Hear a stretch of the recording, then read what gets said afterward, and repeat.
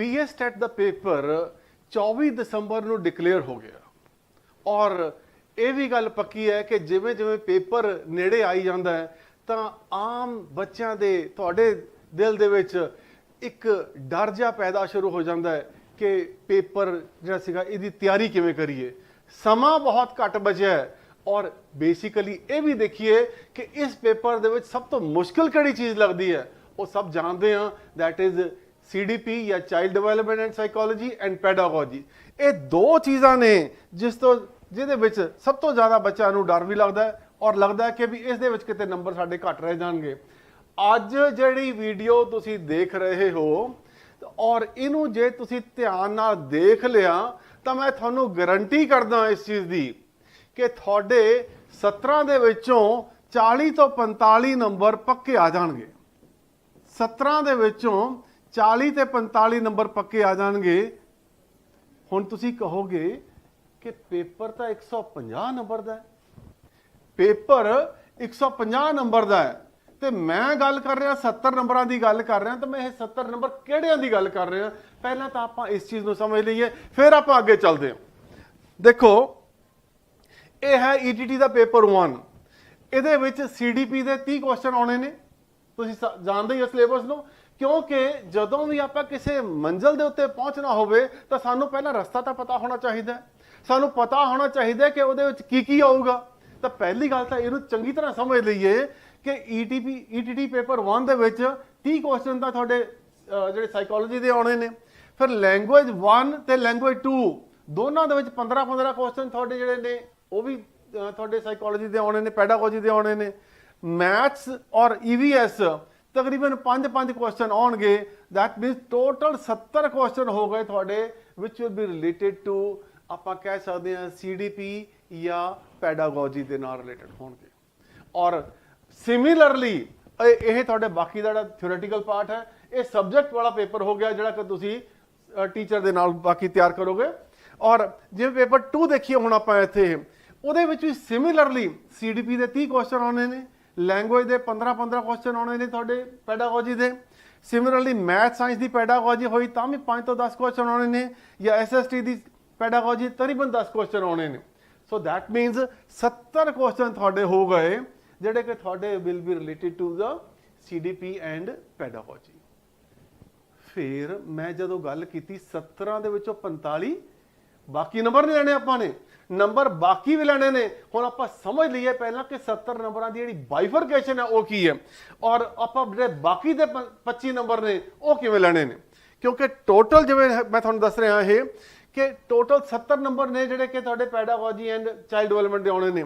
ਉਹਦੇ ਵਿੱਚੋਂ 40 ਤੇ 45 ਕੁਐਸਚਨ ਜਿਹੜੇ ਦੈਟ ਰਿਲੇਟਡ ਟੂ CDP, ਭਾਵੇਂ ਉਹ ਲੈਂਗੁਏਜ ਦੇ ਵਿੱਚ ਹੋਵੇ, ਭਾਵੇਂ ਤੁਹਾਡੇ ਸਬਜੈਕਟ ਦੇ ਵਿੱਚ ਹੋਵੇ, ਭਾਵੇਂ ਤੁਹਾਡਾ CDP ਦਾ ਮੇਨ ਪੇਪਰ ਹੋਵੇ, ਉਹਦੇ ਵਿੱਚੋਂ 40 ਤੋਂ 45 ਕੁਐਸਚਨ ਤੁਹਾਡੇ CDP ਦੇ ਵਿੱਚ ਹੋਣਗੇ ਔਰ 10 ਕੁਐਸਚਨ ਥਿਊਰੀਆਂ ਦੇ ਉੱਤੇ ਬੇਸਡ ਹੋਣਗੇ। ਤਕਰੀਬਨ 12 ਕੁਐਸਚਨ ਜਿਹੜੇ ਨੇ ਲੈਂਗੁਏਜ ਟਰਮਸ ਦੇ ਉੱਤੇ ਬੇਸਡ ਹੋਣਗੇ ਔਰ 3 ਤੋਂ ਲੈ ਕੇ 5 ਕੁਐਸਚਨ। ਸੋ ਅਪਰੋਕਸੀਮੇਟਲੀ ਤੁਸੀਂ ਕਹਿ ਸਕਦੇ ਹੋ ਕਿ 25 ਕੁਐਸਚਨ ਜਿਹੜੇ ਨੇ that will be related to theories, language terms ਜਾਂ ਕਨਸੈਪਟਸ ਦੇ ਉੱਤੇ ਬੇਸਡ ਹੋਣਗੇ। 45 question approximately that will be related to the CDP part only and only।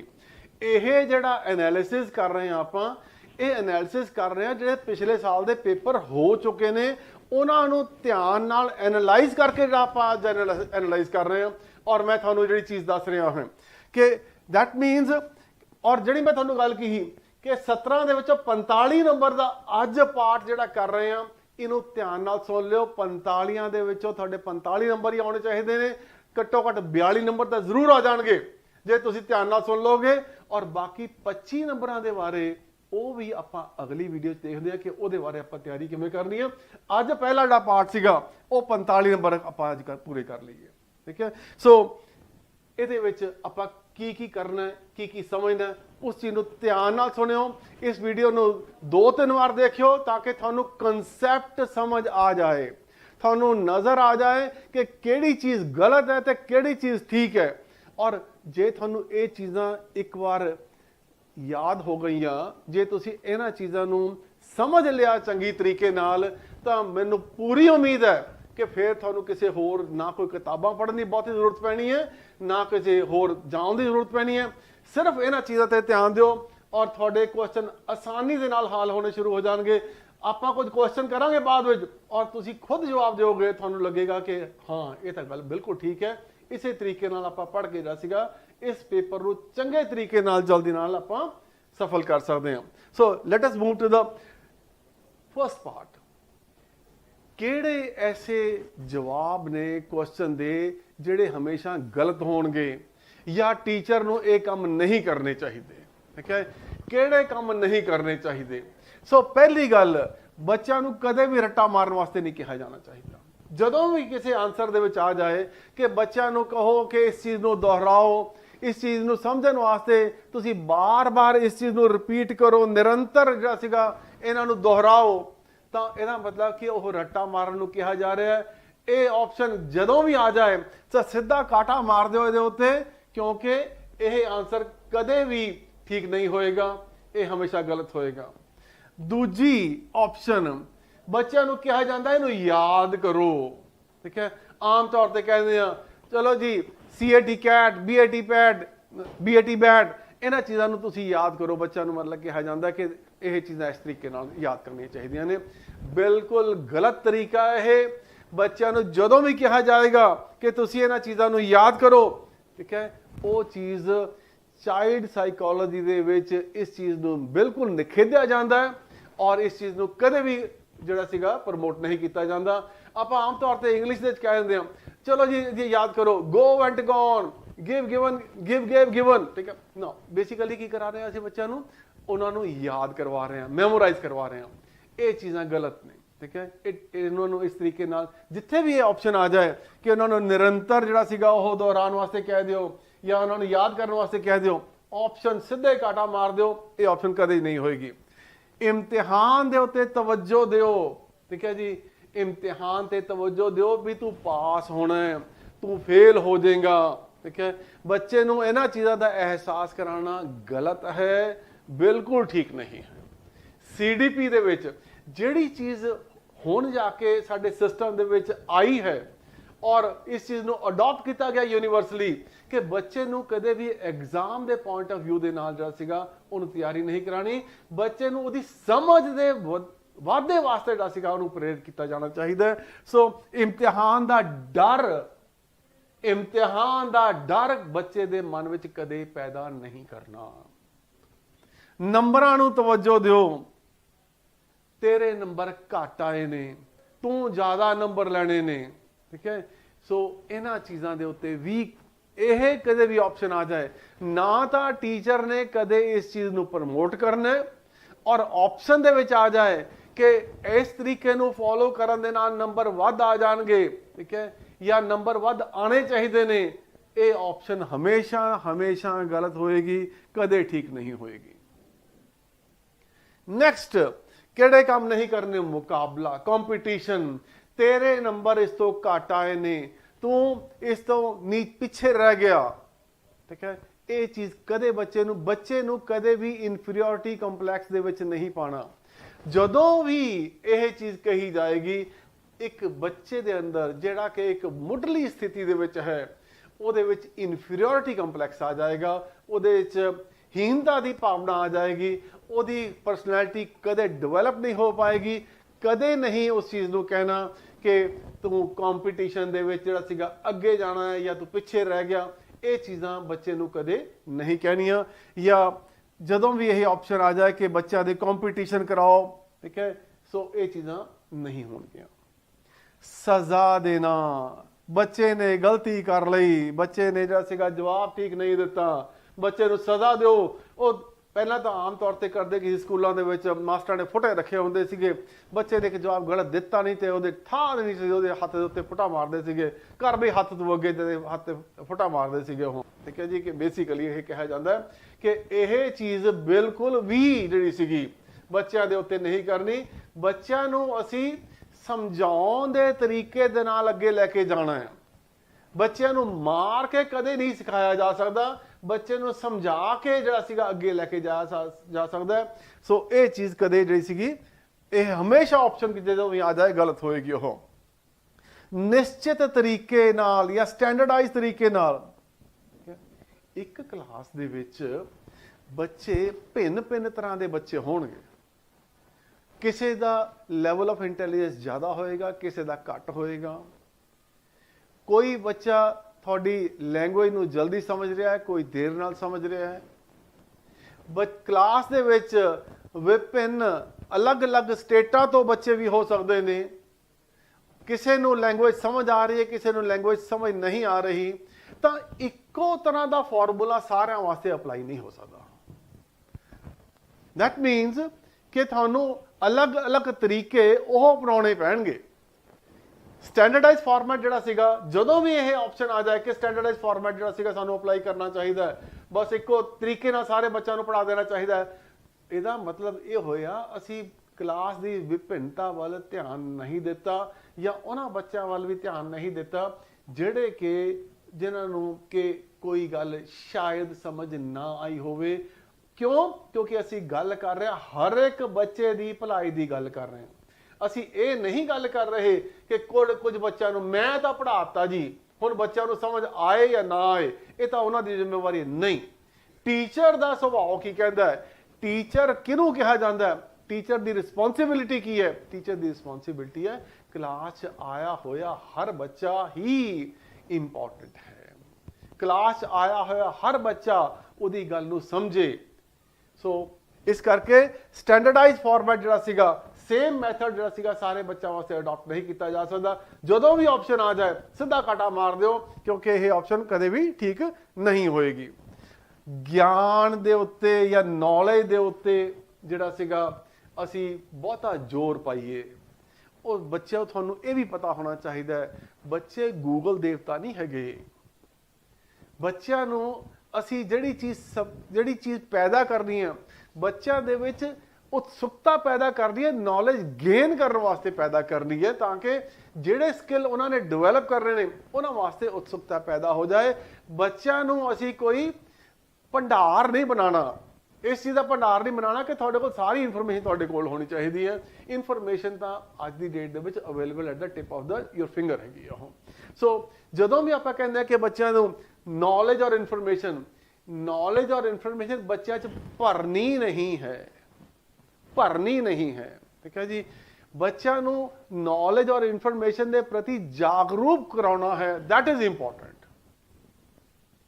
ਨਿਯਮਾਂ ਨੂੰ ਮਹੱਤਵ ਦੇਣਾ, ਠੀਕ ਹੈ, ਕਿ ਤੁਹਾਨੂੰ ਸਾਰੇ ਰੂਲ ਯਾਦ ਹੋਣੇ ਚਾਹੀਦੇ ਨੇ। ਗ੍ਰਾਮਰ ਦੇ ਰੂਲ ਯਾਦ, ਨਾਉਨ ਕੀ ਹੁੰਦਾ, ਪ੍ਰੋਨਾਉਨ ਕੀ ਹੁੰਦਾ, ਠੀਕ ਹੈ ਜੀ, ਇਹ ਸਾਰੇ ਰੂਲ ਯਾਦ ਹੋਣੇ ਚਾਹੀਦੇ। Name of the thing, person so and so, ਉਹਨੂੰ ਨਾਉਨ ਕਹਿੰਦੇ ਨੇ। Word used in name of ਜਿਹੜੇ ਨਾਮ ਦੇ ਨਾਮ ਵਾਸਤੇ ਵਰਤਿਆ ਜਾਵੇ ਉਹਨੂੰ ਪ੍ਰੋਨਾਉਨ ਕਹਿੰਦੇ। ਨਾ, ਇਹ ਰੂਲ ਬੱਚਿਆਂ ਨੂੰ ਨਹੀਂ ਰਟਵਾਉਣੇ ਨਹੀਂ ਅਸੀਂ। ਇਹ ਬੱਚਿਆਂ ਨੂੰ ਕੀ ਕਰਾਉਣਾ ਆਪਾਂ ਫਿਰ ਕਰਾਂਗੇ, ਕੰਟੈਕਸਚੁਅਲ ਤਰੀਕੇ ਨਾਲ ਪੜਾਉਣਾ, ਉਹ ਚੀਜ਼ ਯਾਦ ਕਰਾਉਣੀ ਹੈ। ਰੂਲਾਂ ਨੂੰ ਜਿਹੜਾ ਸੀਗਾ ਜਾਂ ਨਿਯਮਾਂ ਨੂੰ ਜਿਹੜਾ ਸੀਗਾ ਰੱਟਾ ਨਹੀਂ ਲਵਾਉਣਾ, ਨਾ ਹੀ ਪਰਿਭਾਸ਼ਾਵਾਂ, that is definitions. Noun the definition ਦੱਸੋ ਜੀ, ਪ੍ਰੋਨਾਉਨ ਦੀ ਡੈਫੀਨੇਸ਼ਨ ਦੱਸੋ, ਨਹੀਂ, ਇਹ ਨਹੀਂ ਕਰਨਾ ਅਸੀਂ, ਠੀਕ ਹੈ। ਸੋ ਇਸ ਤਰੀਕੇ ਨਾਲ ਇਹ ਜਿੱਥੇ ਵੀ ਚੀਜ਼ਾਂ ਆ ਜਾਣ, ਜੋ ਮੈਂ ਤੁਹਾਨੂੰ ਦੱਸਿਆ, ਇਹਨਾਂ ਨੂੰ ਆਪਾਂ ਸਿੱਧਾ ਹੀ ਕੱਟ ਦੇਣਾ, ਇਹ ਚੀਜ਼ਾਂ ਸਾਡੇ ਜਵਾਬ 'ਚ ਨਹੀਂ ਹੋਣਗੀਆਂ। ਹਾਂਜੀ, ਐਸੇ ਸਵਾਲ ਜਿਨ੍ਹਾਂ ਦਾ ਇੱਕੋ ਜਵਾਬ ਹੋਵੇ, ਠੀਕ ਹੈ ਜੀ, ਇਹਨਾਂ ਨੂੰ ਅਸੀਂ ਕਹਿ ਦਿੰਦੇ ਹਾਂ ਕਲੋਜ਼ ਐਂਡਡ ਕੁਐਸਚਨਸ, ਠੀਕ ਹੈ। ਇਹਨਾਂ ਨੂੰ ਕੀ ਕਹਿ ਦਿੰਦੇ ਹਾਂ ਅਸੀਂ? ਕਲੋਜ਼ ਐਂਡਡ ਕੁਐਸਚਨ ਕਹਿ ਦਿੰਦੇ ਹਾਂ। ਐਸੇ ਕੁਐਸਚਨ ਜਿਹੜੇ ਸੀਗੇ ਨਹੀਂ ਹੋਣੇ ਚਾਹੀਦੇ, ਜਾਂ ਐਸੇ ਜਦੋਂ ਵੀ ਕੋਈ ਜਵਾਬ ਹੋਵੇ ਐਸਾ ਨਹੀਂ ਹੋਣਾ ਚਾਹੀਦਾ। ਸੋ ਇਹਦੇ ਬਾਰੇ ਡਿਟੇਲ 'ਚ ਆਪਾਂ ਗੱਲ ਕਰਾਂਗੇ। ਪਹਿਲਾਂ ਤਾਂ ਇਹ ਸਮਝ ਲਓ ਕਿ ਨਾ ਕਹਿ ਦਈਏ ਅਸੀਂ ਕਿ ਵਾਟਰ ਦਾ ਫਾਰਮੂਲਾ ਕੀ ਹੈ, H2O। ਨਾ, ਇਹਦਾ ਮਤਲਬ ਕੀ ਹੋਇਆ ਕਿ ਇਹ ਕਲੋਜ਼ ਐਂਡਡ ਕੁਐਸਚਨ ਹੋ ਗਿਆ, ਇਹਦਾ ਸਿਰਫ ਇੱਕੋ ਜਵਾਬ ਹੈ, ਠੀਕ ਹੈ ਜੀ। ਪਾਣੀ ਦੇ ਕੀ ਉਪਯੋਗ ਹਨ, ਠੀਕ ਹੈ ਜੀ, ਜਾਂ ਪਾਣੀ ਦੀ ਸੰਭਾਲ ਕਿਵੇਂ ਕੀਤੀ ਜਾ ਸਕਦੀ ਹੈ।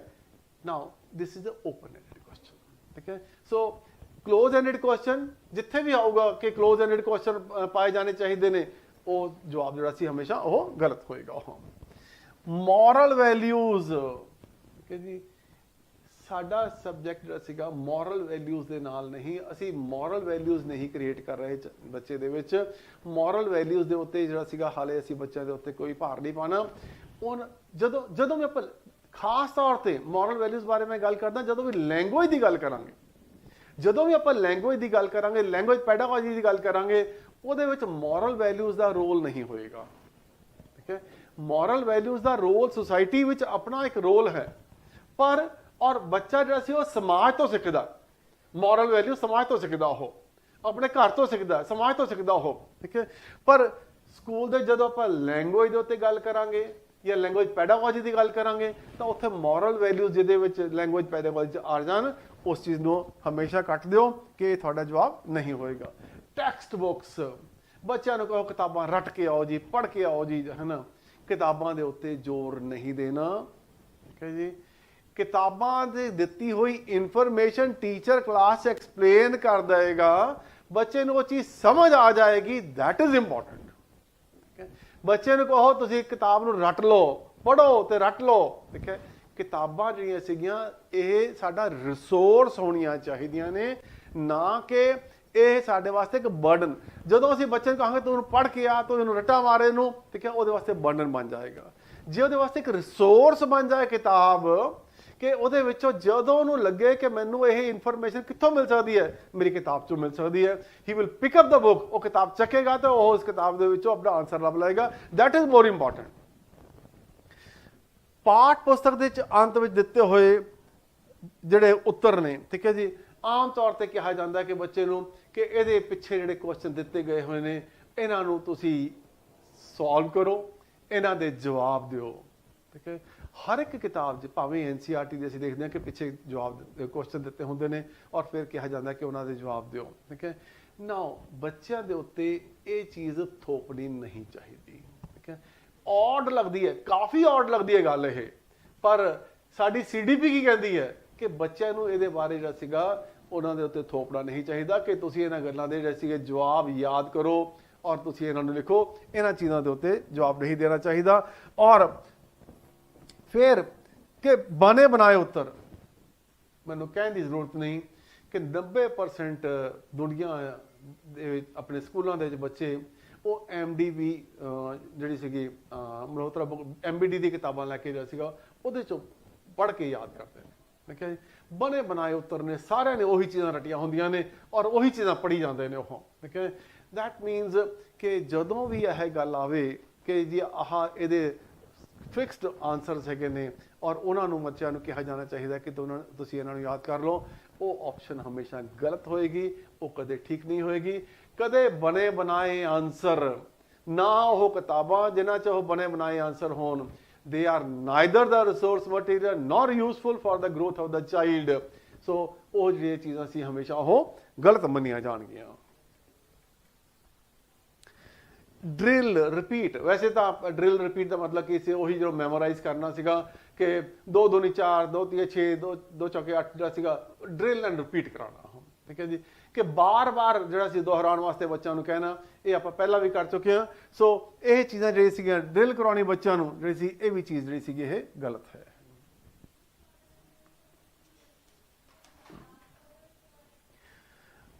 ਹੋਮਵਰਕ, ਠੀਕ ਹੈ, ਬੜਾ ਵੱਡਾ ਕੰਮ ਹੈ ਜੀ। ਬੱਚਿਆਂ ਨੂੰ ਜਿਹੜਾ ਸੀਗਾ ਅੱਜ ਕੱਲ੍ਹ ਦੇਖਦੇ ਹਾਂ ਅਸੀਂ ਸਕੂਲਾਂ ਦੇ ਵਿੱਚ ਕਿ ਇੰਨਾ ਹੋਮਵਰਕ ਦੇ ਦਿੱਤਾ ਜਾਂਦਾ ਹੈ ਕਿ ਬੱਚਾ ਘਰ ਆ ਕੇ ਉਹਨੂੰ ਕੋਈ ਟਾਈਮ ਹੀ ਨਹੀਂ ਮਿਲਦਾ ਔਰ ਨਾ ਪੇਰੈਂਟਸ ਦੇ ਕੋਲ ਟਾਈਮ ਹੈ, ਉਹ ਵੀ ਬੱਚਿਆਂ ਨੂੰ ਫਿਰ ਟਿਊਸ਼ਨ ਤੇ ਭੇਜ ਦਿੰਦੇ, ਜਾ ਆਪਣਾ ਹੋਮਵਰਕ ਕਰਿਆ। ਠੀਕ ਹੈ ਜੀ, ਨਾ ਸਾਡੀ CDP ਕੀ ਕਹਿੰਦੀ ਹੈ, ਹੋਮਵਰਕ ਦੇ ਉੱਤੇ ਕੋਈ ਜ਼ੋਰ ਨਹੀਂ ਦੇਣਾ।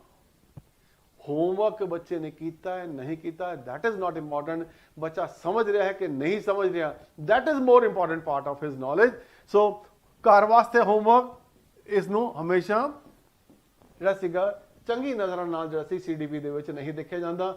ਇਹ ਜਵਾਬ ਜਿੱਥੇ ਵੀ ਹੋਵੇ ਇਹਨੂੰ ਗਲਤ ਕਰ ਦਿਓ, ਇਹ ਕਦੇ ਠੀਕ ਨਹੀਂ ਹੋਏਗਾ। ਫਿਰ ਟੀਚਰ ਕਲਾਸ ਨੂੰ ਲੀਡ ਕਰੇ, ਦੈਟ ਮੀਨਸ ਟੀਚਰ ਦਾ ਕੰਮ ਕੀ ਹੈ, ਕਲਾਸ 'ਚ ਆਵੇ, ਗੱਲ ਕਰੇ, ਬੋਲੀ ਹੋਈ ਜਾਵੇ। ਠੀਕ ਹੈ ਜੀ, ਔਰ ਸਮਝਾਈ ਜਾਵੇ। ਠੀਕ ਹੈ ਨਾ, ਇਹਦਾ ਮਤਲਬ ਕੀ ਹੋਇਆ ਕਿ ਕਲਾਸ ਇੰਟਰੈਕਟਿਵ ਨਹੀਂ ਹੈ, ਬੱਚਿਆਂ ਦੀ ਪਾਰਟਿਸਿਪੇਸ਼ਨ ਕਲਾਸ ਦੇ ਵਿੱਚ ਨਹੀਂ ਹੋ ਰਹੀ ਹੈ। ਸੋ ਐਸੀ ਕਲਾਸ ਜਿਹੜੀ ਸੀ ਨਹੀਂ ਹੋਣੀ ਚਾਹੀਦੀ। ਕਲਾਸ ਕੈਸੀ, ਟੀਚਰ ਕਲਾਸ ਬੋਲੀ ਜਾਵੇ ਔਰ ਬੋਲੀ ਜਾਵੇ ਸਮਝਾਈ ਜਾਵੇ, ਬੋਲੀ ਜਾਵੇ ਸਮਝਾਈ ਜਾਵੇ, ਆਨਸਰ ਗਲਤ ਹੋ ਜਾਏਗਾ। ਕਲਾਸ ਕੀ ਹੋਣੀ ਚਾਹੀਦੀ ਹੈ, ਇੰਟਰੈਕਟਿਵ ਹੋਣੀ ਚਾਹੀਦੀ ਹੈ। ਆਪਾਂ ਜਦੋਂ ਆਵਾਂਗੇ ਇਸ ਚੀਜ਼ ਦੇ ਉੱਤੇ ਕਿ ਕਿਹੜੀਆਂ ਚੀਜ਼ਾਂ ਕਰਨੀਆਂ ਚਾਹੀਦੀਆਂ ਨੇ, ਉੱਥੇ ਆਪਾਂ ਗੱਲ ਕਰਾਂਗੇ। ਸੋ ਇਹ ਵੀ ਆਪਸ਼ਨ ਹਮੇਸ਼ਾ ਗਲਤ ਹੋ ਜਾਏਗੀ। ਗਲਤੀਆਂ ਕੱਢਣਾ, ਮੈਂ ਤਾਂ ਆਮ ਤੌਰ ਤੇ ਦੇਖਿਆ ਚੰਗੇ ਚੰਗੇ ਸਕੂਲਾਂ ਦੇ ਵਿੱਚ ਟੀਚਰ ਬਹੁਤ ਫਖਰ ਮਹਿਸੂਸ ਕਰਦੇ ਨੇ ਬੱਚੇ ਦੀ ਗਲਤੀਆਂ ਕੱਢ ਕੇ। ਠੀਕ ਹੈ, ਲਾਲ ਪੈਨ ਦੇ ਨਾਲ ਮੋਟੇ ਮੋਟੇ ਜਿਹੜੇ ਕਾਂਟੇ ਮਾਰਨਗੇ ਉਹਦੇ ਉੱਤੇ ਉਹ, ਔਰ ਜਿਹੜਾ ਸੀਗਾ ਦੱਸਣਗੇ, ਪੇਰੈਂਟਸ ਨੂੰ ਬੁਲਾ ਕੇ ਦੱਸਣਗੇ ਤੁਹਾਡੇ ਬੱਚੇ ਨੇ ਆਹ ਵੀ ਗਲਤੀ ਕੀਤੀ ਹੈ, ਆਹ ਵੀ ਗਲਤੀ ਕੀਤੀ ਹੈ, ਆਹ ਵੀ ਗਲਤੀ ਕੀਤੀ ਹੈ। ਔਰ ਪੇਰੈਂਟ ਟੀਚਰ ਮੀਟਿੰਗ ਦੇ ਵਿੱਚ ਬੁਲਾ ਕੇ ਇਹ ਜਿਹੜਾ ਸੀਗਾ ਉਹਨੂੰ ਐਕਸਪੋਜ਼ ਕਰਨ ਦੀ ਕੋਸ਼ਿਸ਼ ਕਰਦੇ ਨੇ, ਆਪਣਾ ਵੱਡਾਪਣ ਸ਼ੋਅ ਕਰਨ ਦੀ ਕੋਸ਼ਿਸ਼ ਕਰਦੇ ਨੇ ਕਿ ਮੈਨੂੰ ਤਾਂ ਆਉਂਦਾ, ਤੁਹਾਡੇ ਬੱਚੇ ਨੂੰ ਕੁਝ ਨਹੀਂ ਆਉਂਦਾ। ਠੀਕ ਹੈ ਨਾ, ਇਹ ਸਰਾਸਰ ਗਲਤ ਹੈ, ਬੱਚੇ ਵਿੱਚ ਹੀਨਤਾ ਦੀ ਭਾਵਨਾ ਪੈਦਾ ਕਰਦਾ ਹੈ, ਔਰ ਬੱਚੇ ਦੀ ਜਿਹੜੀ ਇੱਕ ਸੋਚ ਹੈ, ਅਗਾਂਹ ਵਧੂ ਸੋਚ, ਉਹਦੇ 'ਚ ਬਹੁਤ ਵੱਡੀ ਰੁਕਾਵਟ ਹੈ। ਇਹ ਕਦੇ ਨਹੀਂ ਕਰਨਾ, ਬੱਚੇ ਦੇ ਵਿੱਚ ਕਦੇ ਵੀ ਗਲਤੀਆਂ ਨਹੀਂ ਕੱਢਣੀਆਂ। ਠੀਕ ਹੈ, ਮੈਂ ਇੱਕ ਛੋਟੀ ਜਿਹੀ ਐਗਜ਼ਾਮਪਲ ਦਿਆਂ। ਠੀਕ ਹੈ ਨਾ, ਜੇ ਕਹੀਏ ਕਿ Suresh, why did you not come to the class yesterday? Oh, sir, I will go to Delhi. ਹੁਣ ਤੁਸੀਂ ਦੇਖੋ ਕਿ ਬੱਚੇ ਨੇ ਜਵਾਬ ਗਲਤ ਦਿੱਤਾ ਹੈ। ਮੈਂ ਉਹਨੂੰ ਪੁੱਛ ਰਿਹਾ ਕਿ ਤੂੰ ਕੱਲ ਕਲਾਸ ਵਿੱਚ ਕਿਉਂ ਨਹੀਂ ਆਇਆ? ਉਹ ਕਹਿੰਦਾ ਉਹਦਾ ਕਿ I will go to Delhi yesterday. I will go to Delhi yesterday. ਨਾ, ਉਹਨੇ ਗਲਤੀ ਕੀਤੀ ਹੈ। ਹੁਣ ਕਹੇ ਤੈਨੂੰ ਇਹ ਵੀ ਨਹੀਂ ਪਤਾ, ਤੈਨੂੰ ਇੱਥੇ ਵੈਂਟ ਲਾਉਣਾ ਚਾਹੀਦਾ ਸੀਗਾ। ਠੀਕ ਹੈ, ਨਹੀਂ, ਉਹ ਮਤਲਬ ਸਾਡਾ ਜਵਾਬ ਕੀ ਹੋਣਾ ਚਾਹੀਦਾ? Oh, you went to Delhi yesterday. ਠੀਕ ਹੈ ਨਾ, ਸੋ ਇਸ ਤਰੀਕੇ ਨਾਲ ਜਦੋਂ ਆਪਾਂ ਉਹਦੀ ਗਲਤੀ ਨਹੀਂ ਕੱਢੀ, ਠੀਕ ਹੈ ਜੀ, ਉਹਨੂੰ ਉਹਦੇ ਸੁਧਾਰ ਜਿਹੜਾ ਸੀਗਾ, ਉਹਨੂੰ ਇਹ ਵੀ ਨਹੀਂ ਕਿਹਾ ਕਿ ਤੂੰ ਗਲਤੀ ਕੀਤੀ ਹੈ। We have tried to amend it. ਠੀਕ ਹੈ, ਇੱਕ ਇਨਫੋਰਮੇਟਿਵ ਵੇ ਦੇ ਵਿੱਚ ਉਸਨੂੰ ਜਿਹੜਾ ਸੀਗਾ ਉਹਨੂੰ ਸਮਝਾਉਣ ਦੀ ਕੋਸ਼ਿਸ਼ ਕੀਤੀ ਹੈ। ਇਸ ਤਰੀਕੇ ਨਾਲ ਗਲਤੀਆਂ ਨਹੀਂ ਕੱਢਣੀਆਂ, ਉਸ ਚੀਜ਼ ਨੂੰ ਅਸੀਂ ਪੋਜ਼ਿਟਿਵ ਤਰੀਕੇ ਦੇ ਨਾਲ ਸਮਝਾਉਣ ਦੀ ਕੋਸ਼ਿਸ਼ ਕਰਨੀ ਹੈ, ਤਾਂ ਕਿ ਬੱਚੇ ਨੂੰ ਇਹ ਚੀਜ਼ ਸਮਝ ਆ ਜਾਏ ਕਿ ਉਹ ਗਲਤੀ ਕਿੱਥੇ ਕਰ ਰਿਹਾ ਹੈ। ਬੱਚਿਆਂ ਪ੍ਰਤੀ ਨਕਾਰਾਤਮਕ ਵਿਚਾਰ, ਠੀਕ ਹੈ, ਨੈਗੇਟਿਵ ਥਾਟਸ, ਠੀਕ ਹੈ ਨਾ, ਆਮ ਤੌਰ ਤੇ ਦੇਖਿਆ ਜਾਂਦਾ ਹੈ ਟੀਚਰਸ ਨਾ ਪ੍ਰੈਫਰੈਂਸਿਸ ਬਣਾ ਲੈਂਦੇ ਨੇ ਕਲਾਸ ਦੇ ਵਿੱਚ। ਕੁਝ ਬੱਚੇ ਚੰਗੇ ਨੇ, ਕੁਝ ਬੱਚੇ ਮਾੜੇ ਨੇ, ਕੁਝ ਸ਼ਰਾਰਤੀ ਨੇ, ਕੁਝ ਜਿਹੜੇ ਸੀਗੇ ਚੁੱਪ ਰਹਿੰਦੇ ਨੇ। ਠੀਕ ਹੈ, ਇੱਕ ਨੋਸ਼ਨ ਬਣ ਜਾਂਦੀ ਹੈ, ਔਰ ਉਹ ਜੋ ਨੋਸ਼ਨ ਜਿਹੜੀ ਬਣ ਜਾਂਦੀ ਹੈ ਟੀਚਰ ਦੀ, ਕਿਉਂਕਿ ਬੱਚੇ ਨੇ ਕਲਾਸ ਦੇ ਤੁਹਾਡੇ ਕੋਲ ਸਾਲ 2 ਸਾਲ ਪਤਾ ਨਹੀਂ ਕਿੰਨੇ ਸਾਲ ਪੜ੍ਹਨਾ, ਔਰ ਉਹ ਨੋਸ਼ਨ ਪੱਕੀ ਹੁੰਦੀ ਜਾਂਦੀ ਹੈ। ਫਿਰ ਉਹ ਨਾ ਐਸੀ ਨੋਸ਼ਨ ਜਿਹੜੀ ਸੀਗੀ ਤੁਹਾਡੇ ਵਿੱਚ ਵੀ ਨੈਗੇਟਿਵ ਥਾਟਸ ਕ੍ਰੀਏਟ ਕਰਦੀ ਹੈ, ਔਰ ਬੱਚੇ ਵਿੱਚ ਵੀ ਇੱਕ ਨੈਗੇਟਿਵ ਥਾਟਸ ਕ੍ਰੀਏਟ ਕਰ ਦਿੰਦੀ ਹੈ ਟੂਵਰਡਸ ਦ ਟੀਚਰ, ਬਿਕੋਜ਼ ਬੱਚਾ ਬਹੁਤ ਸੈਂਸਿਟਿਵ ਹੁੰਦਾ। ਬੱਚੇ ਤੁਸੀਂ ਬੋਲੋ ਨਾ ਬੋਲੋ, ਉਹਨੂੰ ਸਮਝ ਜ਼ਰੂਰ ਆਉਂਦੀ ਹੈ। ਇੱਕ ਛੋਟਾ ਜਿਹਾ ਬੱਚਾ ਵੀ ਹੋਵੇ, ਭਾਵੇਂ ਉਹ 4 ਸਾਲ ਦਾ, 5 ਸਾਲ ਦਾ, ਉਹਨੂੰ ਸਮਝ ਆਉਂਦੀ ਹੈ ਕਿ ਮੇਰੇ ਵੱਲ ਜਿਹੜਾ ਸੀਗਾ ਟੀਚਰ ਮੇਰੇ ਨਾਲ ਕਿਸ ਤਰ੍ਹਾਂ ਦਾ ਵਿਵਹਾਰ ਕਰ ਰਿਹਾ, ਕਿਹਦੇ ਨਾਲ ਉਹ ਪਾਰਸ਼ੈਲਿਟੀ ਕਰ ਰਿਹਾ, ਕਿਹਦੇ ਨਾਲ ਉਹ ਚੰਗਾ ਵਿਵਹਾਰ ਕਰ ਰਿਹਾ, ਕਿਹਦੇ ਨਾਲ ਉਹ ਬੁਰਾ ਵਿਵਹਾਰ ਕਰ ਰਿਹਾ, ਜਾਂ ਕਿਹਦੇ ਪ੍ਰਤੀ ਉਹ ਨਿਊਟਰਲ ਹੈ। ਸੋ ਟੀਚਰ ਦੀ ਐਸੀ ਭਾਵਨਾ ਬੱਚਿਆਂ ਦੇ ਦਿਮਾਗ ਦੇ ਵਿੱਚ ਆ ਜਾਏ, ਟੀਚਰ ਬਾਰੇ ਐਸੀ ਭਾਵਨਾ ਆ ਜਾਏ, ਤਾਂ ਜਦੋਂ ਟੀਚਰ ਬਾਰੇ ਕੋਈ ਨੈਗੇਟਿਵ ਭਾਵਨਾ ਆ ਜਾਏਗੀ ਤਾਂ ਉਹਦੀ ਕੋਈ ਚੰਗੀ ਗੱਲ ਕਹੀ ਹੋਈ ਵੀ ਉਹਨੂੰ ਸਮਝ ਨਹੀਂ ਆਏਗੀ। ਸੋ ਇਸ ਕਰਕੇ ਜਿਹੜਾ ਸੀਗਾ ਟੀਚਰ ਦਾ ਕਲਾਸ ਦੇ ਵਿੱਚ ਖੜਾ ਹੋ ਕੇ ਸਾਰੇ ਬੱਚਿਆਂ ਨੂੰ ਬਿਲਕੁਲ ਬਰਾਬਰ ਦਾ ਸਮਝ ਕੇ ਉਹਨਾਂ ਨੂੰ ਇੱਕੋ ਤਰੀਕੇ ਨਾਲ ਜਿਹੜਾ ਸੀਗਾ, ਤਰੀਕਾ ਨਹੀਂ, ਠੀਕ ਹੈ, ਉਹਨਾਂ ਨੂੰ ਸਮਝਾਉਣ ਦੀ ਕੋਸ਼ਿਸ਼ ਕਰਨਾ, ਅਲੱਗ-ਅਲੱਗ ਬੱਚਿਆਂ ਨੂੰ ਅਲੱਗ-ਅਲੱਗ ਤਰੀਕੇ ਨਾਲ ਸਮਝਾਉਣ ਦੀ ਕੋਸ਼ਿਸ਼ ਕਰਨਾ, that is the right way। Negative thoughts ਨਹੀਂ ਆਣੇ ਚਾਹੀਦੇ ਕਦੇ ਵੀ ਕਿਸੇ ਵੀ ਬੱਚੇ ਬਾਰੇ ਵਿੱਚ। ਡਿਸਪਲਿਨ, ਅੱਜ ਤੱਕ ਅਸੀਂ ਦੇਖਿਆ ਕਿ ਡਿਸਪਲਿਨ ਦੇ ਉੱਤੇ ਹੀ ਜ਼ੋਰ ਹੁੰਦਾ ਰਿਹਾ ਹੈ। ਸਾਰੇ ਬੱਚੇ ਚੁੱਪ ਕਰਕੇ ਬੈਠ ਜਾਓ, ਮੂੰਹ ਤੇ ਉਂਗਲੀਆਂ ਰੱਖ ਲਓ, ਚੁੱਪ ਕਰਕੇ ਬੈਠ ਜਾਓ। ਠੀਕ ਹੈ ਜੀ। Now this is the most uncreative way of taking a class, most uncreative way. ਕਿਉਂ? ਕਿਉਂਕਿ ਬੱਚਾ ਜਿੰਨਾ ਜ਼ਿਆਦਾ ਬੋਲੇਗਾ, ਆਪਣੇ ਆਪ ਨੂੰ ਐਕਸਪ੍ਰੈਸ ਕਰੇਗਾ, ਓਨਾ ਜ਼ਿਆਦਾ ਉਹਦੀ ਜਿਹੜੀ ਸੀਗੀ ਉਤਸੁਕਤਾ ਵੀ ਵਧੇਗੀ, ਔਰ ਉਹਦੀ ਜ਼ਿਆਦਾ ਜਿਹੜੀ ਸੀਗੀ ਉਹਦੀ ਮਾਨਸਿਕਤਾ ਜਿਹੜੀ ਸੀਗੀ ਉਹਦੇ ਵਿੱਚ ਵੀ ਵਾਧਾ ਹੋਏਗਾ। ਸੋ ਇਹ ਕਿਹਾ ਜਾਂਦਾ ਕਿ ਕਲਾਸ ਸ਼ੋਰ ਨਹੀਂ ਹੋਣਾ ਚਾਹੀਦਾ, ਚੁੱਪ ਕਰਕੇ ਬੈਠ ਜਾਓ, ਟੀਚਰ ਪੜ੍ਹਾਉਣ ਲੱਗਿਆ ਤੁਹਾਨੂੰ। that should not happen in the classroom। ਬੱਚਿਆਂ ਦਾ ਕਲਾਸ 'ਚ ਪਾਰਟਿਸਿਪੇਟ ਕਰਨਾ, ਬੱਚੇ ਹੁਣ ਤਾਂ ਇਹ ਵੀ ਕਿਹਾ ਜਾਂਦਾ ਬੱਚਾ ਤੁਹਾਡੀ ਗੱਲ ਨਹੀਂ ਸੁਣ ਰਿਹਾ ਤਾਂ ਵੀ ਕੋਈ ਫਰਕ ਨਹੀਂ ਪੈਂਦਾ, ਬੱਚਾ ਬਾਹਰ ਦੇਖ ਰਿਹਾ ਤਾਂ ਵੀ ਕੋਈ ਫਰਕ ਨਹੀਂ ਪੈਂਦਾ, ਬੱਚਾ ਕੁਝ ਹੋਰ ਕਰ ਰਿਹਾ ਤਾਂ ਵੀ ਕੋਈ ਫਰਕ ਨਹੀਂ ਪੈਂਦਾ। ਠੀਕ ਹੈ, ਬੱਚਿਆਂ ਦੇ ਉੱਤੇ ਡਿਸਿਪਲਿਨ ਵਾਲਾ ਜਿਹੜਾ ਕੰਮ ਹੈ ਕਿ ਤੂੰ ਬਸ ਮੇਰੇ ਵੱਲ ਦੇਖ ਤੇ ਮੇਰੀ ਗੱਲ ਨੂੰ ਸੁਣ। ਠੀਕ ਹੈ ਜੀ ਨਾ, ਜਦੋਂ ਅਸੀਂ ਇਹ ਕਹਿ ਦਿੰਦੇ ਆ ਤੂੰ ਸਿਰਫ ਮੇਰੀ ਗੱਲ ਸੁਣ ਔਰ ਕੋਈ ਹੋਰ ਧਿਆਨ ਨਾ ਦੇ, ਹੋ ਸਕਦਾ ਉਹਦਾ ਜਿਹੜਾ ਦਿਮਾਗ ਬੰਦ ਹੋ ਗਿਆ ਹੋਵੇ, ਉਹਨੇ ਸੋਚ ਲਿਆ ਹੁਣ ਤਾਂ ਕਿ ਹੁਣ ਜੋ ਟੀਚਰ ਕਹੇਗਾ ਮੈਂ ਤਾਂ ਸੁਣਨਾ ਹੀ, ਮੈਨੂੰ ਤਾਂ ਸੁਣਦਾ ਹੀ ਨਹੀਂ ਪਿਆ। Okay, so that kind of information should not go to the children also. So discipline ਜਿਹੜਾ ਸੀਗਾ ਕਲਾਸ ਦੇ ਵਿੱਚ ਇੰਪੋਜ਼ ਕਰਨਾ, ਇਹ CDP ਦੇ ਵਿੱਚ ਬਿਲਕੁਲ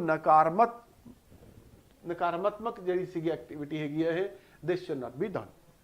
ਬੱਚੇ ਦੇ ਵਿਚਾਰਾਂ ਨੂੰ ਨਜ਼ਰ ਅੰਦਾਜ਼ ਕਰਨਾ,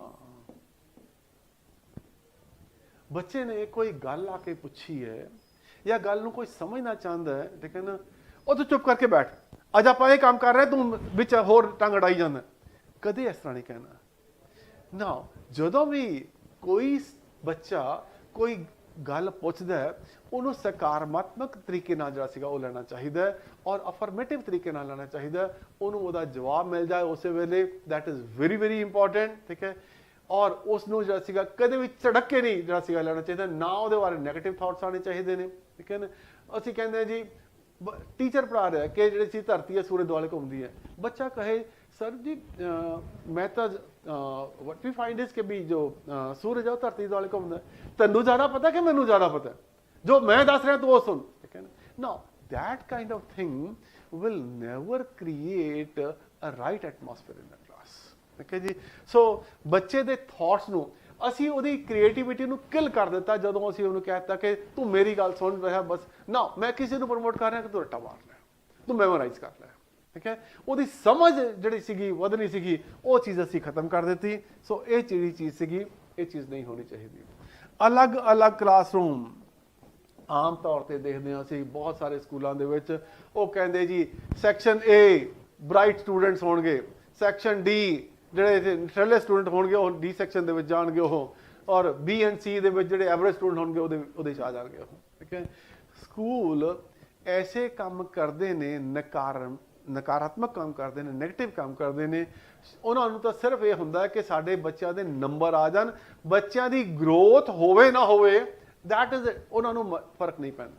ਔਰ ਇਹੀ ਇੱਕ ਕਾਰਨ ਹੈ, ਇਹੀ ਮੈਂ ਦੁਬਾਰਾ ਕਹਿ ਰਿਹਾ ਇੱਕ ਕਾਰਨ ਹੈ ਕਿ ਅੱਜ ਦੀ ਡੇਟ ਦੇ ਵਿੱਚ ਜਿੰਨੇ ਵੀ ਗ੍ਰੈਜੂਏਟਸ ਨੇ ਸਾਡੇ, ਜਿੰਨੇ ਵੀ ਪੜ੍ਹੇ ਲਿਖੇ ਬੱਚੇ ਨੇ, ਅਸੀਂ ਉਹਨਾਂ ਨੂੰ ਕੋਈ ਸਕਿੱਲ ਸੈੱਟ ਦੇ ਉੱਤੇ ਜਦੋਂ ਜਾਂਚ ਕਰਦੇ ਹਾਂ ਤਾਂ ਉਹਨਾਂ ਦਾ ਸਕਿੱਲ ਸੈੱਟ ਜ਼ੀਰੋ ਹੋ ਜਾਂਦਾ ਹੈ। ਔਰ ਜਿੰਨੇ ਵੀ ਕੰਪੀਟੀਟਿਵ ਐਗਜ਼ਾਮ ਹੁੰਦੇ ਨੇ ਉਹਨਾਂ ਦੇ ਵਿੱਚ, ਮੈਂ ਜਦੋਂ ਵੀ ਕੰਪੀਟੀਟਿਵ ਐਗਜ਼ਾਮ ਹੁੰਦੇ ਨੇ ਕਲਾਸ ਦੇ ਵਿੱਚ ਜਾ ਕੇ ਗੱਲ ਕਰਦੇ ਹਾਂ ਅਸੀਂ ਉਹਨਾਂ ਦੇ ਨਾਲ ਕਿ ਤੁਹਾਡਾ ਪੇਪਰ 6ਵੀਂ ਤੋਂ ਲੈ ਕੇ 10ਵੀਂ ਤੱਕ ਦੇ ਸਿਲੇਬਸ ਦੇ ਵਿੱਚੋਂ ਪੇਪਰ ਆਉਣਾ ਔਰ ਸਾਨੂੰ ਉਹੀ ਨਹੀਂ ਆਉਂਦਾ। ਕੋਈ 15 ਸਾਲ ਅਸੀਂ ਸਕੂਲਾਂ ਦੇ ਵਿੱਚ ਕਾਲਜਾਂ ਦੇ ਵਿੱਚ ਪੜ੍ਹ ਕੇ ਆਏ ਹਾਂ ਔਰ ਸਾਨੂੰ ਬੇਸਿਕ ਇਨਫੋਰਮੇਸ਼ਨ ਸਾਨੂੰ ਉਹੀ ਨਹੀਂ ਆਉਂਦੀ। ਕਿਉਂ ਨਹੀਂ ਆਉਂਦੀ? ਕਿਉਂਕਿ ਅਸੀਂ ਰਾਈਟ ਐਟਮੋਸਫੀਅਰ ਦੇ ਵਿੱਚ ਕਦੇ ਪੜ੍ਹੇ ਹੀ ਨਹੀਂ ਔਰ ਜਿਹੜਾ ਸੀਗਾ ਬਸ ਰੱਟਾ ਮਾਰ ਕੇ ਜਿਹੜਾ ਸੀਗਾ ਉਹ ਚੀਜ਼ਾਂ ਨੂੰ ਯਾਦ ਕੀਤਾ। ਦੈਟ ਇਜ਼ ਵਾਈ ਕਿ ਜਿਹੜੀ ਚੀਜ਼ਾਂ ਹਮੇਸ਼ਾ ਜਿਹੜੀ ਸੀਗੀਆਂ ਗਲਤ ਹੋ ਜਾਂਦੀਆਂ ਨੇ। ਔਰ ਮੈਂ ਜਿਹੜੀ ਗੱਲ ਕਰ ਰਿਹਾ ਸੀ ਇੱਥੇ ਅਲੱਗ-ਅਲੱਗ ਕਲਾਸਰੂਮ, ਨੈਵਰ ਟੂ ਡਨ। ਠੀਕ ਹੈ ਜੀ, ਇਹ ਚੀਜ਼ ਗਲਤ ਹੈ। ਬੱਚਿਆਂ ਦੇ ਨਾ ਤਾਂ जैसे अलग अलग क्लासरूम होने चाहिए, ना बच्चों की सैग्रीगेशन होनी चाहिए। ठीक है जी, ना बच्चों के नाल रंग अकलमंदी या उन्होंने भेदभाव होना चाहिए कि जी काले इधर, चिट्टे इधर, बिहारी उधर, यूपी वाले इधर, पंजाब वाले इधर, हरियाणा वाले इधर। रंग भेद, कास्ट, धर्म इन्हां दे उत्ते कोई भेदभाव जिहड़ा सीगा क्लासां दे विच नहीं होना चाहिए। और यह चीज़ नूं जिहड़ा सीगा जदों भी आ जाए इस चीज़ नूं नैगेटिव कर दो कि यह जवाब हो ही नहीं सकता। बच्चों नूं टोकना, बच्चा कोई गल करन लग्या, पुछन लग्या तुहानूं, तू चुप करके बह जा। ठीक है, मैनूं पढ़ा लैंदे पहला। ठीक है जी, तुसीं तां बच्चे नूं उत्थे जिहड़ी सी उहदी क्रिएटिविटी खत्म कर दित्ती उत्थे। ठीक है जी, सो जदों भी कोई ऐसा जवाब होए कि बच्चों नूं टोक देना चाहिए, क्लास चल रही है, टीचर समझा रहा है, ठीक है, और टीचर ने उहदे विच जिहड़ा सीगा एक कॉन्सैप्ट समझा रहा है, बच्चे ने विचों टीचर नूं टोक दिता कि टीचर नूं की करना चाहिए। ठीक है, इस दे विच आ जाए कि बच्चे नूं कहा जाए कि तू चुप करके बैठ जा। ਠੀਕ ਹੈ। ਸੋ ਇਹ ਆਨਸਰ ਹਮੇਸ਼ਾ ਗਲਤ ਹੋਏਗਾ, ਕਦੇ ਵੀ ਠੀਕ ਨਹੀਂ ਹੋਏਗਾ। ਉਹ ਲਿੰਗ ਪੱਖਪਾਤ, ਜੈਂਡਰ ਡਿਸਕ੍ਰਿਮੀਨੇਸ਼ਨ, ਉਹ ਕੁੜੀਆਂ ਤਾਂ ਨਿਕੰਮੀਆਂ ਹੁੰਦੀਆਂ ਨੇ ਹੈ ਨਾ, ਇਹਨਾਂ ਨੂੰ ਤਾਂ ਮੈਥਸ ਆਉਂਦਾ ਹੀ ਨਹੀਂ, ਠੀਕ ਹੈ ਜੀ। ਜਾਂ ਮੁੰਡੇ ਜਿਹੜੇ ਸੀਗੇ ਇਹ ਅੱਜ ਕੱਲ੍ਹ ਦੇ ਮੁੰਡੇ ਤਾਂ ਪੜ੍ਹਦੇ ਹੀ ਨਹੀਂ, ਠੀਕ ਹੈ ਜੀ। ਨਾ ਇਸ ਤਰ੍ਹਾਂ ਦਾ ਜੈਂਡਰ ਡਿਸਕ੍ਰਿਮੀਨੇਸ਼ਨ ਜਿਹੜਾ ਸੀਗਾ ਦੇਖਦੇ ਹਾਂ ਅਸੀਂ ਘਰਾਂ ਦੇ ਵਿੱਚ ਆਮ ਤੌਰ ਤੇ ਜੈਂਡਰ ਡਿਸਕ੍ਰਿਮੀਨੇਸ਼ਨ ਹੁੰਦੀ ਹੈ। ਖਾਸ ਤੌਰ ਤੇ ਅਸੀਂ ਕਹਿੰਦੇ ਕਿ ਕੁੜੀਆਂ ਨਾਲ ਬਹੁਤ ਜੈਂਡਰ ਡਿਸਕ੍ਰਿਮੀਨੇਸ਼ਨ ਹੁੰਦੀ ਹੈ, ਠੀਕ ਹੈ। That's a fact of life also. But teacher ਦੇ ਪੱਖੋਂ, ਠੀਕ ਹੈ, ਇਹ ਚੀਜ਼ ਕਦੇ ਕਲਾਸ 'ਚ ਨਹੀਂ ਹੋਣੀ ਚਾਹੀਦੀ। ਔਰ ਆਪਾਂ ਗੱਲ ਕਰ ਰਹੇ ਕਿ ਪੇਪਰ ਦੇ ਵਿੱਚ ਇਸ ਤਰ੍ਹਾਂ ਦੀ ਕੋਈ ਚੀਜ਼ ਆ ਜਾਏ that amounts to gender discrimination, ਉਹ ਆਨਸਰ ਹਮੇਸ਼ਾ ਗਲਤ ਹੋਏਗਾ, ਕਦੇ ਵੀ ਤੁਹਾਡਾ ਆਨਸਰ ਉਹ ਠੀਕ ਨਹੀਂ ਹੋਏਗਾ। ਸੋ ਉਹਨੂੰ ਉੱਥੇ ਹੀ ਕਾਟਾ ਮਾਰ ਦਿਓ। ਸੋ ਇਹ ਤਾਂ ਸਾਰੀਆਂ ਚੀਜ਼ਾਂ ਤੁਹਾਡੀਆਂ ਹੋ ਗਈਆਂ। ਆਪਾਂ ਕਹਿੰਦੇ ਹਾਂ ਕਿ ਉਹ ਸਾਰੀਆਂ ਚੀਜ਼ਾਂ ਜਿਹੜੀਆਂ ਕਿ ਆਪਾਂ ਹਮੇਸ਼ਾ ਕਹਿੰਦੇ ਹਾਂ ਕਿ ਜਦੋਂ ਵੀ ਤੁਹਾਡੀ ਆਪਸ਼ਨ ਆ ਜਾਏ ਇਹ ਆਨਸਰ ਕਦੇ ਨਹੀਂ ਹੋਏਗਾ। ਹੁਣ ਕਿਹੜੀਆਂ ਚੀਜ਼ਾਂ ਠੀਕ ਹੋਣਗੀਆਂ ਆਪਾਂ ਉਹਨਾਂ ਦੇ ਉੱਤੇ ਨਿਗਾਹ ਮਾਰ ਲਈਏ, ਉਹਨਾਂ ਨੂੰ ਦੇਖਦੇ ਹਾਂ ਆਪਾਂ ਕਿਹੜੇ ਕੰਮ ਟੀਚਰ ਨੂੰ ਕਰਨੇ ਚਾਹੀਦੇ ਨੇ ਔਰ ਕਿਹੜੀਆਂ ਆਪਸ਼ਨ ਠੀਕ ਹੋਣਗੀਆਂ। ਖੁਦ ਦੀ ਕਾਬਲੀਅਤ ਨੂੰ ਉਭਾਰਨਾ ਟੀਚਰ ਦਾ ਸਭ ਤੋਂ ਵੱਡਾ ਰੋਲ ਹੈ ਕਿ ਉਹ ਸਟੂਡੈਂਟ ਦੀ ਕਾਬਲੀਅਤ ਨੂੰ ਉਭਾਰਨ ਵਾਸਤੇ ਜਿਹੜਾ ਸੀਗਾ ਐਫਰਟ ਕਰੇ। ਐਨੀਥਿੰਗ ਜਿਹੜਾ ਕਿ ਸਟੂਡੈਂਟ ਦੀ ਕਾਬਲੀਅਤ ਨੂੰ ਵਧਾਉਣ ਵਾਸਤੇ ਕੰਮ ਕਰੇਗਾ ਉਹ ਆਪਸ਼ਨ ਹਮੇਸ਼ਾ ਠੀਕ ਹੋਏਗੀ। ਜਦੋਂ ਕੋਈ ਬੱਚਾ ਆਪਣੇ ਪ੍ਰੀਪੇਕ ਦੇ ਵਿੱਚੋਂ, ਆਪਣੇ ਸੈਲਫ ਐਕਸਪੋਜ਼ਰ ਦੇ ਵਿੱਚੋਂ ਵੱਧ ਕੇ ਅੱਗੇ ਨਿਕਲੇਗਾ, ਠੀਕ ਹੈ, ਉਹ ਚੀਜ਼ ਹਮੇਸ਼ਾ ਠੀਕ ਹੋਏਗੀ।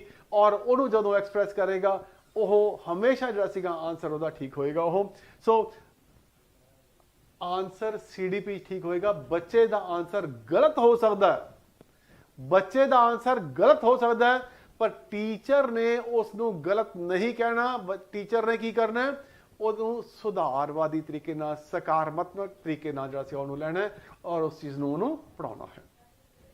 ਸੋ ਬੱਚਿਆਂ ਦਾ ਸੈਲਫ ਐਕਸਪੋਜ਼ਰ ਜਿਹੜਾ ਸੀਗਾ ਇਸ ਚੀਜ਼ ਦੇ ਉੱਤੇ ਬਹੁਤ ਜ਼ਿਆਦਾ ਜ਼ੋਰ ਹੋਣਾ ਚਾਹੀਦਾ ਹੈ ਕਿ ਬੱਚੇ ਖੁਦ ਆਪ ਜਿਹੜਾ ਸੀਗਾ ਕਿਸੇ ਚੀਜ਼ ਨੂੰ ਸਿੱਖਣ। ਉਹ ਬੱਚੇ ਨੇ ਕੋਈ ਗੱਲ ਕਹੀ ਹੈ ਉਹ ਧਿਆਨ ਨਾਲ ਸੁਣੇ ਟੀਚਰ।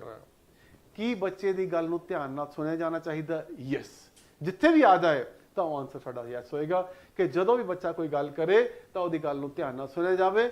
ਵਾਂਸ ਅਗੇਨ ਕਿ ਜੇ ਨਹੀਂ ਸੁਣੋਗੇ ਤਾਂ ਕੀ ਆਏਗਾ, ਟੀਚਰ ਦੇ ਪ੍ਰਤੀ ਵੀ ਨੈਗੇਟਿਵ ਥਾਟਸ ਆਉਣਗੇ ਔਰ ਬੱਚੇ ਦੀ ਜਿਹੜੀ ਪਰਸਨੈਲਿਟੀ ਹੈ ਉਹ ਵੀ ਸਬਡਿਊ ਹੋ ਜਾਏਗੀ। ਸੋ ਦੈਟ ਮੀਨਸ ਗੱਲ ਨੂੰ ਧਿਆਨ ਨਾਲ ਸੁਣਿਆ ਜਾਵੇ ਔਰ ਉਹਨੂੰ ਐਕਨੋਲਜ ਕੀਤਾ ਜਾਵੇ। ਐਕਨੋਲਜ, ਯੈਸ, ਠੀਕ ਬੇਟਾ, ਠੀਕ, ਠੀਕ ਹੈ ਜੀ। ਭਾਵੇਂ ਬੱਚੇ ਨੇ ਗੱਲ ਕੋਈ ਗਲਤ ਕਹਿ ਦਿੱਤੀ, ਜਵਾਬ ਗਲਤ ਕਹਿ ਦਿੱਤਾ, ਠੀਕ ਹੈ ਜੀ। ਐਕਨੋਲਜ ਕਰਨ ਦਾ ਮਤਲਬ ਇਹ ਨਹੀਂ ਕਿ ਉਹਨੇ ਕੋਈ ਸਵਾਲ ਪੁੱਛਿਆ, ਉਹਨੇ ਭਾਵੇਂ ਕੋਈ ਗਲਤ ਜਵਾਬ ਦਿੱਤਾ, ਯੈਸ, ਓਕੇ, ਤੁਸੀਂ ਬੇਟਾ ਇਹ ਕਹਿ ਰਹੇ ਹੋ, ਓਕੇ, ਠੀਕ ਹੈ ਨਾ। ਉਸ ਚੀਜ਼ ਨੂੰ ਜਿਵੇਂ ਮੈਂ ਤੁਹਾਨੂੰ ਪਹਿਲਾਂ ਕਿਹਾ ਸੀਗਾ, ਉਹਨੇ ਕਿਹਾ ਸੀਗਾ I will go to Delhi, ਠੀਕ ਹੈ, okay you went to Delhi, ਠੀਕ ਹੈ। ਸੋ ਮੈਂ ਉਹਨੂੰ ਐਕਨੋਲਜ ਕੀਤਾ, ਐਕਨੋਲਜ ਕਰਕੇ ਜਿਹੜਾ ਸੀਗਾ ਉਸ ਦੇ ਨਾਲ ਦੀ ਨਾਲ ਮੈਂ ਉਹਦੇ ਲੈਂਗੁਏਜ ਦੇ ਸੁਧਾਰ ਵੀ ਕਰ ਦਿੱਤਾ। ਉਹਨੂੰ ਗੱਲ ਸਮਝ ਵੀ ਆ ਗਈ, ਠੀਕ ਹੈ, ਔਰ ਉਹਨੂੰ ਗੱਲ ਸਮਝ ਵੀ ਆ ਗਈ ਕਿ ਇੱਥੇ ਵਿਲ ਨਹੀਂ ਸੀ ਆਣਾ, ਇੱਥੇ ਵੈਂਟ ਆਣਾ ਸੀਗਾ, ਠੀਕ ਹੈ। ਗਲਤੀਆਂ ਨੂੰ ਸਕਾਰਾਤਮਕ ਤਰੀਕੇ ਨਾਲ ਲੈਣਾ ਜਾਂ ਸਮਝਾਉਣਾ, ਇਹੀ ਗੱਲ ਮੈਂ ਤੁਹਾਨੂੰ ਹੁਣੇ ਵੀ ਕੀਤੀ ਹੈ ਕਿ ਬੱਚਿਆਂ ਦੀ ਕੋਈ ਗਲਤੀ ਹੋ ਜਾਏ ਤਾਂ ਉਸ ਨੂੰ ਅਸੀਂ ਪੋਜ਼ਿਟਿਵ ਤਰੀਕੇ ਨਾਲ ਲੈਣਾ।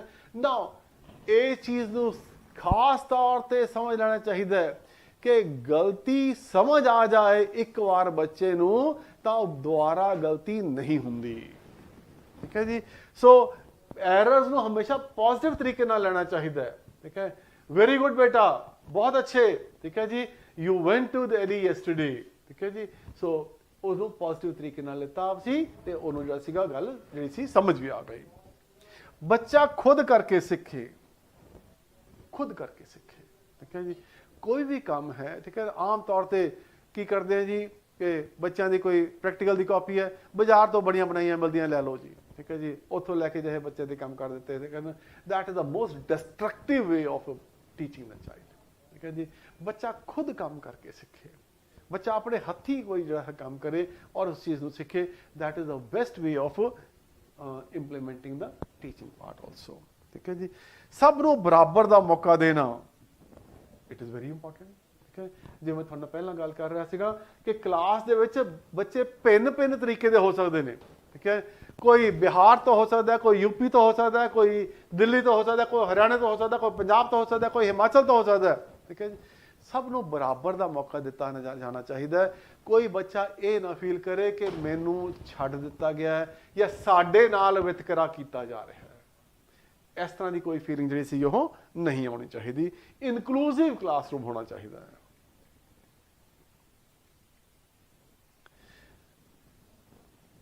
ਪਹਿਲਾਂ ਮੈਂ ਗੱਲ ਕੀਤੀ ਸੀ ਕਿ ਬੱਚਿਆਂ ਨੂੰ रंग भेद कास्ट धर्म के बेसिस के उत्ते उन्होंने कोई ग्रुपिंग नहीं होनी चाहिए। इत्थे मैं गल कर रहा ग्रुपिंग होनी चाहिए है, पर ग्रुपिंग किहदे हिसाब नाल होनी चाहिए है, उन्होंने रुचि के मुताबिक होनी चाहिए है। चलो जी, जिहड़े पेंटिंग करते हैं बच्चे उन्होंने एक ग्रुप बनाता, जिहड़े फुटबॉल च इंटरस्टिड ने उन्होंने अलग ग्रुप बनाता, जिहड़े म्यूजिक च इंटरस्टिड ने उन्होंने एक अलग ग्रुप बनाता, ठीक है जी। ਜਿਹੜੇ ਕੋਈ ਸਾਇੰਸ ਵਿੱਚ ਇੰਟਰਸਟਿਡ ਨੇ ਉਹਨਾਂ ਦਾ ਅਲੱਗ ਗਰੁੱਪ ਬਣਾਤਾ, ਠੀਕ ਹੈ।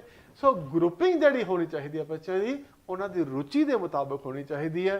ਉਹਦੇ ਨਾਲ ਉਹਨਾਂ ਦੀ ਸਕਿੱਲ ਜਿਹੜੀ ਸੀਗੀਆਂ ਉਹ ਹੋਰ ਇੰਪਰੂਵ ਹੁੰਦੀਆਂ ਨੇ। ਸੰਦਰਭ ਵਿੱਚ ਪੜਾਉਣਾ very very important, very very important ਕਿ ਬੱਚਿਆਂ ਨੂੰ ਪਹਿਲਾਂ ਆਪਾਂ ਕਿਹਾ ਸੀ ਕਿ ਰੂਲ ਨਹੀਂ ਰਟਵਾਉਣੇ, ਡੈਫੀਨੇਸ਼ਨਾਂ ਨਹੀਂ ਰਟਵਾਉਣੀਆਂ, ਕੰਟੈਕਸਚੁਅਲ ਰੀਡਿੰਗ ਕਰਨੀ ਹੈ, ठीक है जी। Ram is a boy, he lives in a village, he goes to school every day, ठीक है। हुण इत्थे की कर रहे हैं आपां, राम की है, राम एक नाउन है। he goes to school every day, he की है pronoun है। ਇਹ ਕਿਹਦੀ ਜਗ੍ਹਾ ਤੇ ਵਰਤਿਆ ਗਿਆ ਹੈ? ਰਾਮ ਦੀ ਜਗ੍ਹਾ ਦੇ ਉੱਤੇ ਵਰਤਿਆ ਗਿਆ ਹੈ। ਸੋ ਇੱਥੇ ਅਸੀਂ ਬੱਚਿਆਂ ਨੂੰ ਸਮਝਾ ਦਿੱਤਾ ਕਿ ਜਦੋਂ ਅਸੀਂ ਕਿਸੇ ਜਗ੍ਹਾ ਦੇ ਕਿਸੇ ਬੰਦੇ ਵਾਸਤੇ ਕੋਈ ਅੱਖਰ ਵਰਤਦੇ ਹਾਂ ਸੋ ਉਹ ਕੀ ਬਣ ਜਾਂਦਾ, ਉਹਨੂੰ ਪ੍ਰਨਾਉਨ ਕਹਿੰਦੇ ਆ। ਸੋ ਅਸੀਂ ਇੱਥੇ ਕਿਸ ਤਰੀਕੇ ਨਾਲ ਸਮਝਾਇਆ, ਅਸੀਂ ਕੰਟੈਕਸਚੁਅਲ ਰੀਡਿੰਗ ਦੇ ਵਿੱਚ ਉਸ ਗੱਲ ਨੂੰ ਸਮਝਾਈ। ਅਸੀਂ ਰੱਟਾ ਨਹੀਂ ਲਵਾਇਆ,